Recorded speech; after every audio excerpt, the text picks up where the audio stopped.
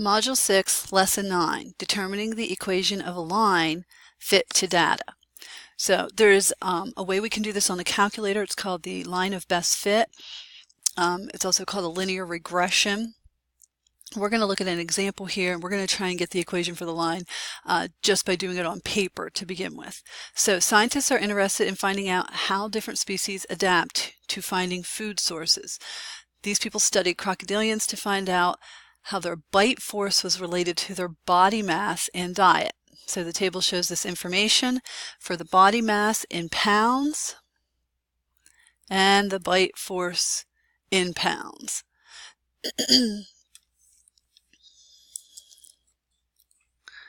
Now, they took that data and they plotted it on paper. We can plot this on the calculator, and I'll show you how to do that in class one day if I haven't already. But this is the scatter plot for that data. So we look to see, is there a type of relationship here? Yeah, it appears to be. It looks like a relationship, probably linear, yes.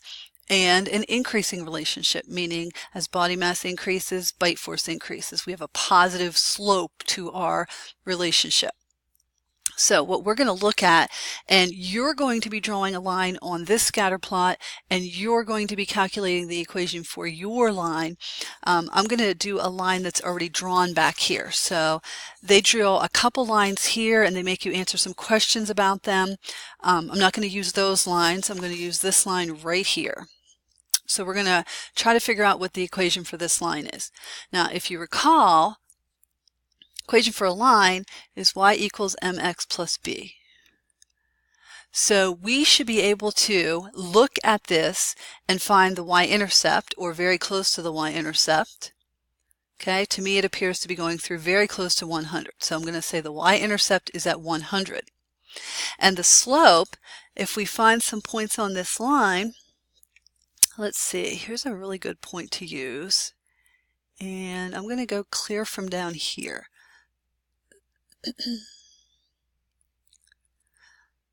All right, so if I count here from 100 to 700 is a rise of 600, and from 0 to 175 is a run of 175.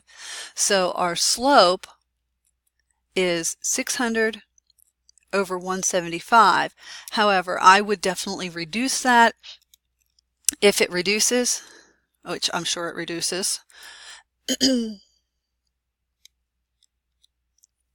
so this reduces to 24 over 7. So we're going to say y equals 24 over 7x plus 100 for our equation. So you're going to have to calculate the slope, rise and run, rise over run, and you're going to have to calculate the y-intercept, or look at the graph and pick off the y-intercept. And then you write your equation down.